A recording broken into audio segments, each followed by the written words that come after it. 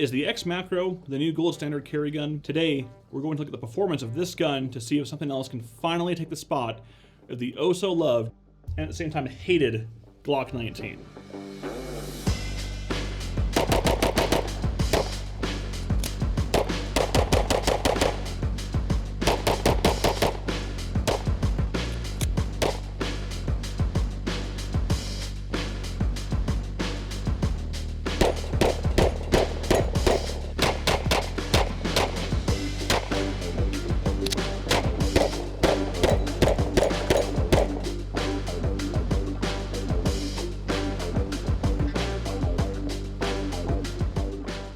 I'm Jamison with Werkz, and over the next month, I will be shooting 1,000 rounds through this gun to get accustomed to it, work on my individual skill, and see how well I can perform with it. I'll be using 4 different tests to compare performance measuring both speed and accuracy. Those will be the Build Drill, the F.A.S.T, the Test, or 10-10-10, and the DeFore Performance Hat Qual. The first thing that stood out to me on the Sig is the length of the grip. This gun allows me to get my full hand on it, pinky and all. I like that for 2 reasons. 1, I get my entire hand on the gun, including my pinky, which helps minimize recoil. 2, I don't need to get my pinky out of the way during a reload. For my larger hands, this is an improvement compared to the Glock 19, which I can't quite get my last digit on. Hence, the reason why I carry a Glock 45, I'm able to get my hands entirely on the grip. Along with the XMacro grip giving you more real estate, you also get standard sized, not high capacity, 17 round magazines. That capacity matches full-size Glocks and gives you 2 more chances to make up your low left misses compared to the Glock 19. All right, we're out at the range. The first drill today is going to be the Build Drill. It's gonna be at 70 yards, 6 shots, all in the A zone. Anything out of that's gonna be a miss. Any line breaks will count as in. So let's see what we can do. Stand by.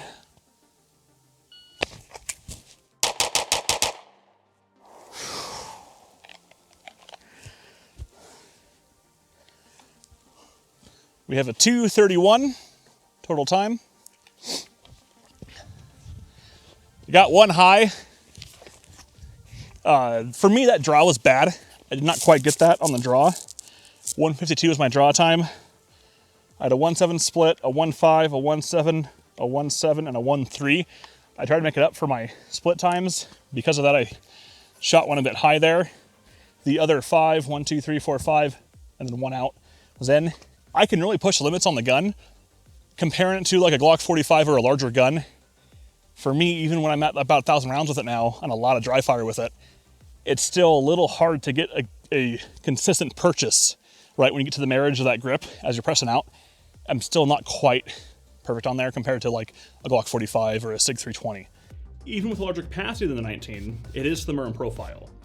This can help with comfort and concealment without giving up any capacity. With that being said, for my size of hands, I do have an issue with how thin this gun is. While the length of the grip allows me to get my entire hand on it, the thin profile makes it harder to grip the gun properly. That may not affect you as much, but it was more challenging for me. This will come down to your individual hand size. The comp, or break that this gun has cut into the top of the slide, helps to lessen recoil. It is nice having more recoil mitigation built on these smaller guns. And you don't have to go out of your way to pick up an aftermarket threaded barrel and comp to achieve the same thing. These guns come from the factory with a milled slide ready for a red dot. Holosun, Vortex, and Sig to name a few. We had an extra Romeo Zero available to join in on the review process. I haven't ran any Sig Optics outside of a few range days here and there, so I'm curious how it will do. I mainly run Holosun and Trijicon for pistol optics. First thing on the Romeo Zero, I hate where the button is to adjust the brightness, and that you have only 1 button to navigate the settings. This is a pain when I'm having to adjust the brightness out on the range on a sunny day, trying to get my finger basically touching the window. I'm sure the reason why they put it there is to get it out of the way, not placing it on the side. However, in my years of carrying Holosuns and Trijicons daily, I haven't had any issues of the buttons getting pressed inadvertently. All right, the second test here is going to be the F.A.S.T. It's the fundamentals of accuracy and speed test. From the draw at 70 yards, it's going to be 2 shots to the head, slide lock reload, forward to the center circle here. If I can get it under 5, I'd be very happy. That'd be a good run for me, a very good run. Ready? Stand by.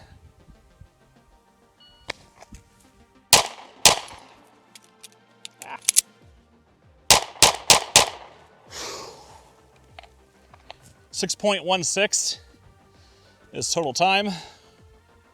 That reload really slowed me down. 153 draw, 5.3 split, a 3.25 reload, a 3.2 split, 2.7 split, 2.6 split for the center shots. So what that tells me, I was able to get the first shot off on time. This is my first shot, by the way. My follow-up shot was a little bit low. I kind of pushed the gun down a bit too much in this case, I think, trying to turn from the recoil. Reload was really slow. That's really what failed me there. At the end of the day, is it skill? Yes. These mags, this magwell, being factory, not with a flared magwell, nothing larger, I do find that's more troublesome. It's harder than running a 320 or in a Glock 45, a larger gun with the wider magazine and that wider opening. But I do have super close. That could be a line break. That could be out.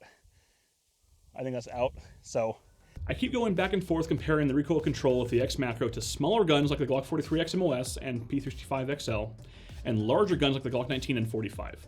Comparing from the smaller 1-inch thick guns, I definitely see an improvement in the ability to shoot this gun. Comparing to full-size guns, I think I need to use the Glock 45 to compare, as that fits my hands like a 19 does for most people, since 19 is a little too small for me to get my full grip on. Even as someone who is always chasing for the best performance with a carry gun, I'm not too concerned about a slight loss if you get the benefit of a thinner setup for better concealment and comfort. With proper training and some extra dry fire, anyone can make up for the loss of performance. All right, our third test for the day is going to be the test, or the 10-10-10. That's going to be at 10 yards, shooting 10 rounds with a part timer of 10 seconds. Normally you want to milk this, right? Meaning take up all the time you can and get the best hits you can. I'm going to try to go for 100 score and try to hit 7 seconds for time, so a little bit faster for me, but still keep the accuracy. The way this is scored is the X ring and the 10 ring are each worth 10 points per hit. 9 is worth 9, 8 is worth 8. Anything outside of that, I'm not going to count it. I'm counting on 0. Any line breaks move me up to the next spot there. So if I have an 8 that's right here and it's breaking the line on the 9, it's a 9 for score. So I'm going to try to get everything inside of the 10 ring or X ring at 7 seconds. So see what we can do.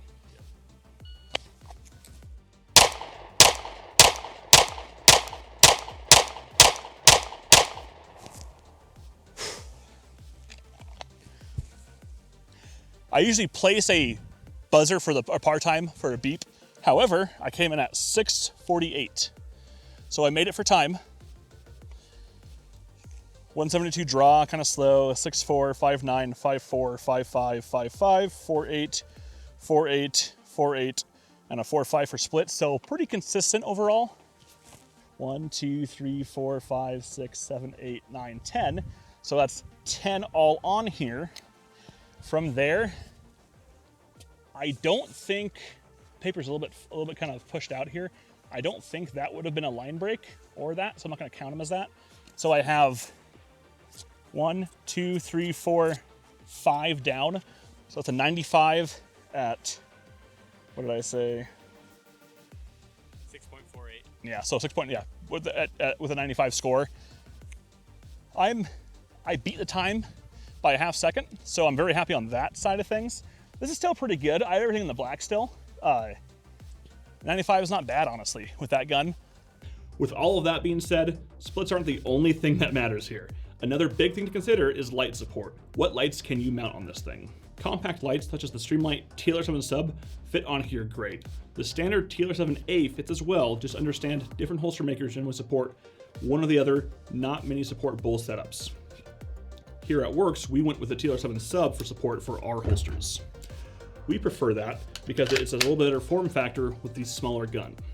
Two other compact options are the Sig Sauer Foxtrot 2 and the Olight mini series of lights. The Foxtrot 2 looks promising and has more candela than the Streamlight TLR7 series, but the TLR7 has better switches and a longer track record for what it's worth. As for the Olight, no thanks. We do offer support for both setups though. All right, and the last test for today is going to be the DeFore Performance Hat Qual. It's like the test we just ran, except we're going to be at 25 yards and we're going to have a 20-second par time. Still 10 rounds, if I have a 90 score, meaning everything is in the black or better, then I'm going to be happy. We're at 25 yards, measured out. Eyes and ears.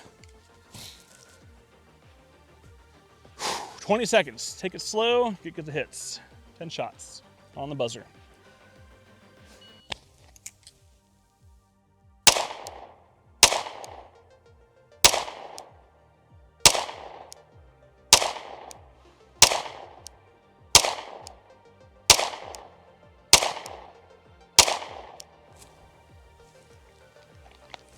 Way too fast.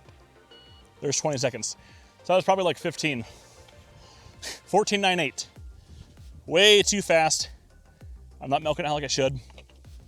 Even though that my right hand can fit entirely on there, even with that mag out, I can fit my hand on there. Getting my support hand in and having good pressure, good grip, and how thin the gun is, while for concealment reasons and for comfort, the thinness can help a lot of people, even me. When it comes to my big hands that I have, these monster hands, and this is a smaller gun, it is harder for me to hold the gun steady. I feel like I want more width to the entire thing. This is this cutter right here. This is bad. So, 1, 2, 3, 4, 5, 6, 7, 8, 9, 10. All 10 are on the cardboard. But like I said, anything out of the 8 ring, I'm counting a 0 anyway. If I was the one to cheat it and count off, I'm still way low. So what I really have here score-wise, I have a line break for 8, line break for 9, 1 in the 9, and a 10. So that would be 10, 19, 28, 36. And I wanted a 90. That was bad.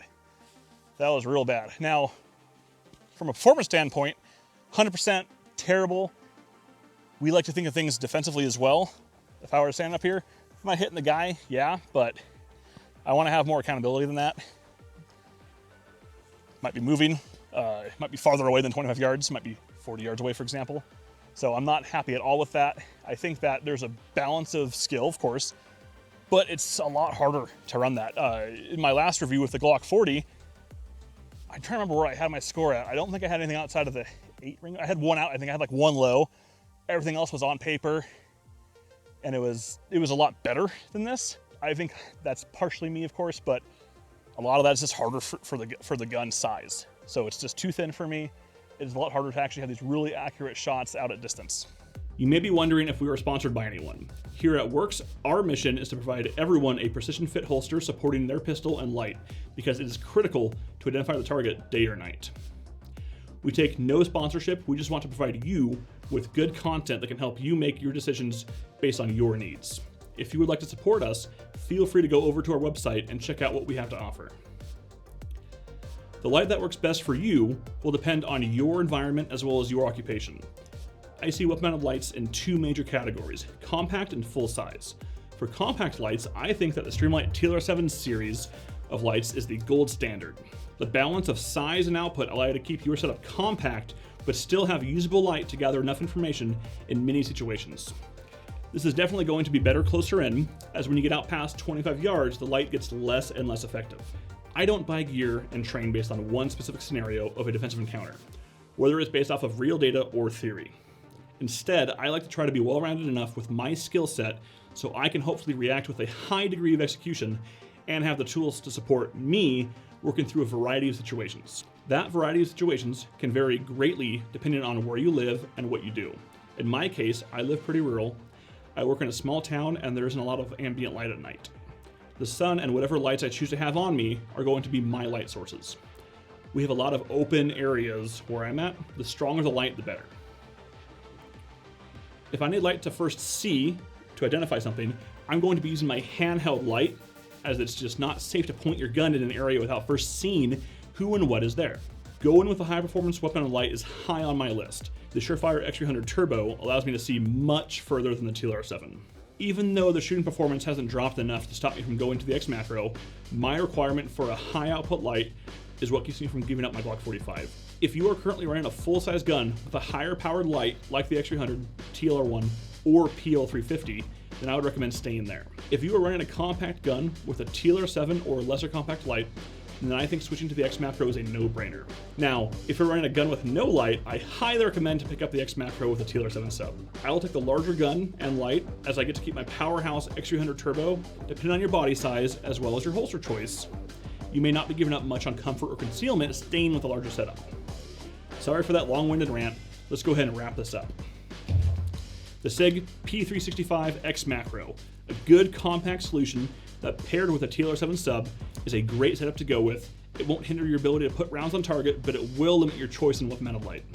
At least until someone figures out how to make a reliable compact light that fits on the XMacro and puts out over 1,000 lumens and 50,000 candela. That would be pretty sweet. Thank you everyone for watching. If you thought this video was helpful, make sure to like and subscribe. Tell me in the comments below if you think this does or doesn't dethrone the Glock 19. Stay safe and carry a light.